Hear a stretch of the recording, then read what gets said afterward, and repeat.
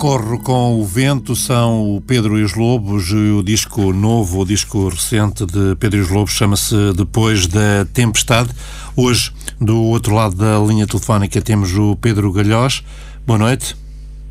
Olá, boa noite aí ao pessoal todo de Coimbra, Bela Terra. Boa noite, Pedro. Novo disco para Pedro e os Lobos, este Depois da Tempestade. A primeira coisa que notamos é que, de repente, deixaram de ter várias pessoas a cantar no disco para ter apenas uma. Como é que foi feita essa mudança?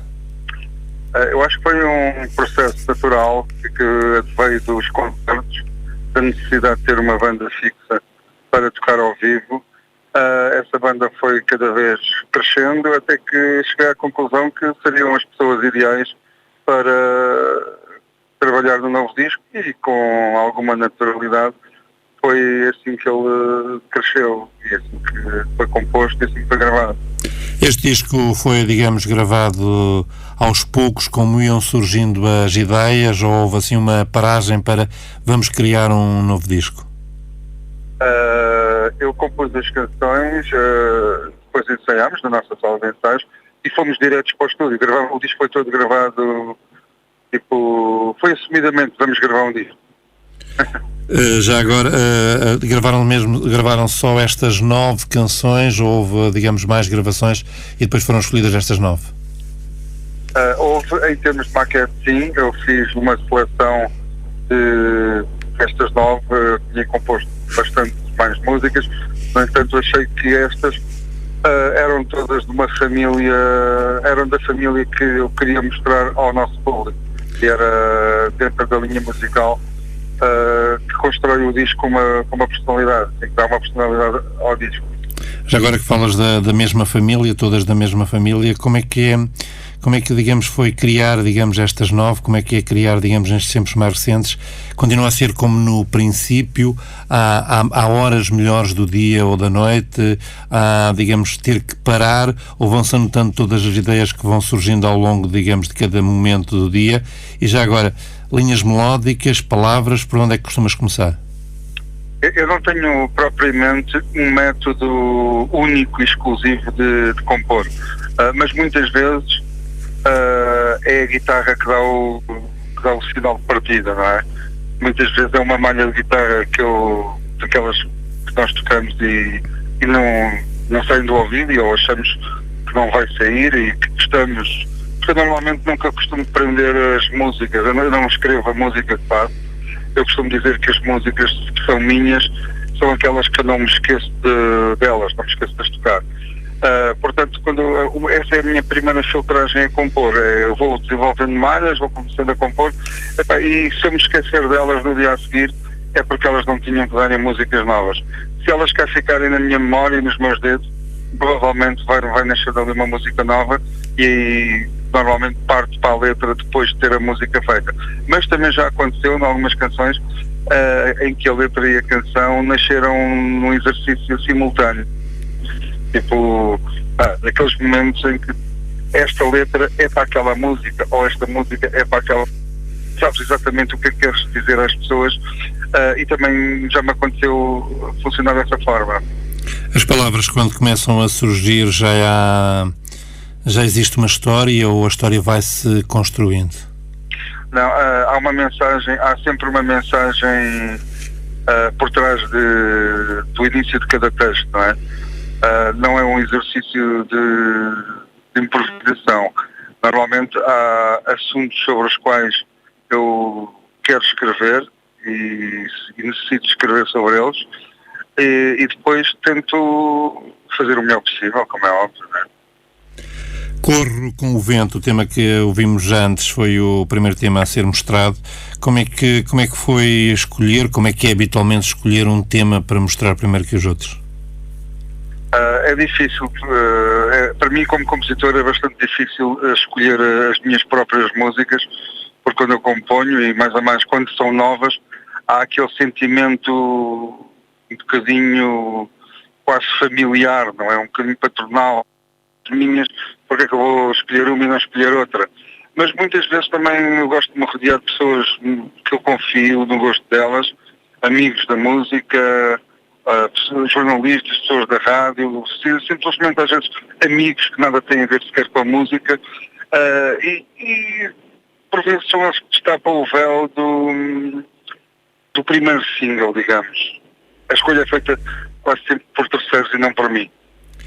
Este disco foi apresentado ao vivo há cerca de 2 semanas, no passado dia 8. Como é que correu?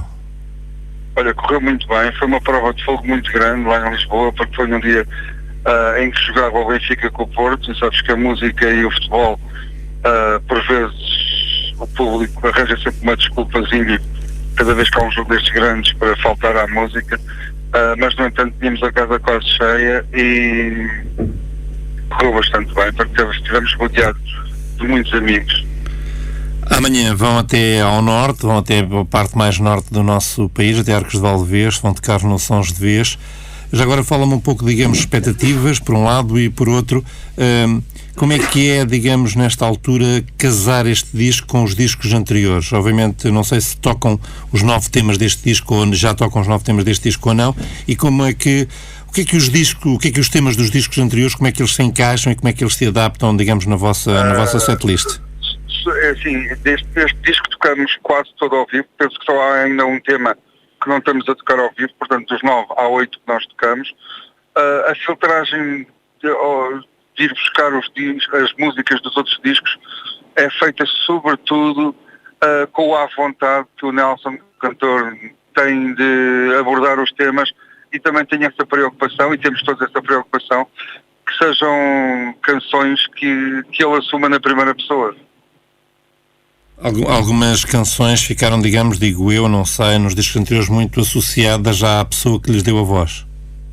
Sim, algumas se calhar até talvez demais, e essas se calhar, algumas delas vão ficar por enquanto na gaveta, que poderão inclusive no futuro aparecer com novas roupagens, não vir também as costas a isso, porque somos sempre, pronto, sou um viciado em trabalho e em guitarradas, e por vezes vou buscar coisas que já compus no passado e dou-lhes novas roupagens. Aliás, há um tema que tocamos em Lisboa e que vai passar a fazer parte do alinhamento, é exatamente um tema que foi repescado logo do primeiro disco do Pedro Lobos e que nunca mais tinha sido tocado. Curiosamente tocámos no Salão Brasil essa canção, quando tocámos em Coimbra da última vez, mas depois nunca mais a tocámos, e agora dei-lhe uma nova roupagem e funciona muito bem ao vivo na voz da Nelson.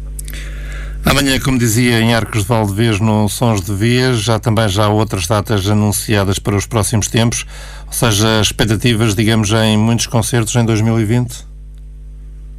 É assim, os muitos é sempre relativo, porque para mim não há um limite para os muitos. Se for preciso, dava concertos todos os dias, não é?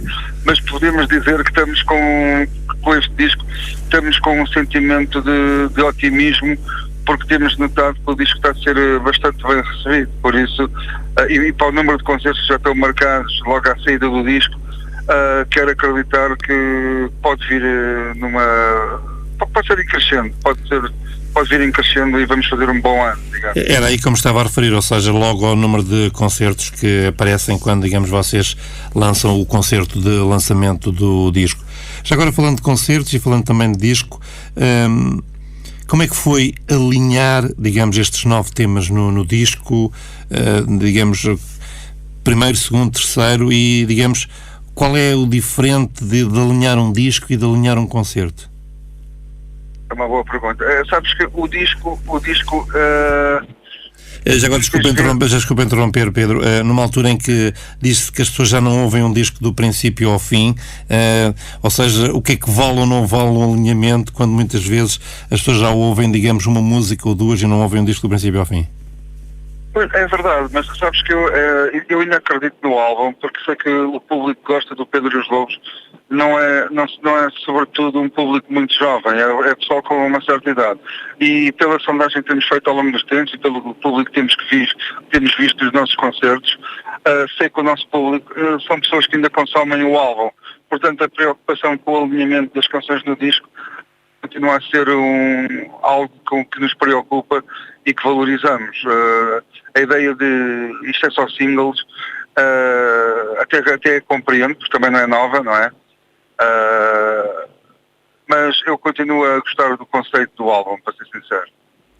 Já agora, quando falamos de singles e quando vocês, por exemplo, escolheram o Corro com o Vento, ou se já pensaram em temas a seguir, quando pensas no single, começas logo a pensar também em possíveis imagens para o videoclipe? Assim, eu tenho um defeito em termos de trabalho, que é quase todas as músicas que eu faço, eu consigo associá-las a imagens ou a pequenos filmes. Porque eu também sou um grande fã de banda sonora, como tu sabes. Por isso, assim, eu em quase todas as músicas que faço consigo ver um filme. Não sei se poderia chamar videoclipe ou não, mas se calhar preferia chamar-lhe uma curta-metragem para a música X ou Y. Já estão a trabalhar em próximas curtas? Estamos a pensar, sim. Há aqui duas situações que estamos a trabalhar. Uma será, podemos chamar um novo videoclipe, mas estamos também a preparar algo para quem já gosta da banda, que são umas live sessions, que é o Pedro e os Lobos a tocar ao vivo no estúdio, mas fazer daí um pequeno filme também. Já agora, às vezes esta é uma das primeiras perguntas, eu deixo quase para o final.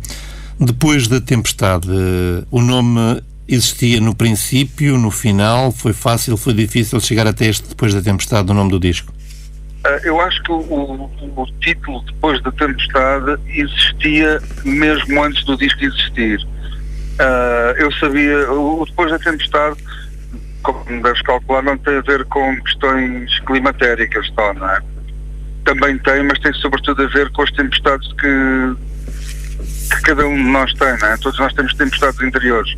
E Depois da Tempestade é exatamente o virar a página dessa tempestade e acreditar que depois da tempestade, embora haja um cenário de destruição e desolação, há também uma grande vontade de reerguer.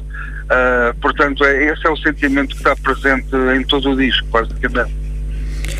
Pedro, muito obrigado por este pedacinho de conversa com o Santos da Casa. As maiores felicidades para este novo disco, para este novo projeto de Pedro e os Lobos. Esperando também que haja a possibilidade de vos ver em Coimbra num dos próximos meses. Agradecia que fosses tu agora a escolher uma outra música do disco para eu tocar a seguir. Eu escolhi O Desertor. O Desertor, que é o tema que vem a seguir. Já agora o Desertor não tem nada a ver com a palavra que eu vou dizer a seguir, mas por acaso, foneticamente, este disco é mais deserto que os outros? É assim, este disco continua a refletir muito as minhas influências nos grandes compositores americanos e nos grandes espaços musicais, não é? Eu não gosto de música muito atafolhada de notas, e então tento compor sempre de acordo com... Deixa as coisas fluírem, deixa que haja espaço para a música respirar, e acho que isso tem um bocadinho a ver com as influências que eu tenho dos compositores americanos, como o caso do Neil Young, ou do Bruce Springsteen, ou mesmo do Tom Petty, por aí. São esses homens que me influenciam, são eles que me dão lições de música. Portanto, a minha música também é coisa para transpirar um bocadinho deles, não é? Não sei. Pedro, mais uma vez, muito obrigado. Até uma próxima oportunidade. É sempre um prazer falar contigo. Igualmente. Com a RUC, e espero voltar a Coimbra muito em breve, que é uma cidade, como tu sabes, que muito me diz, não é? Exatamente.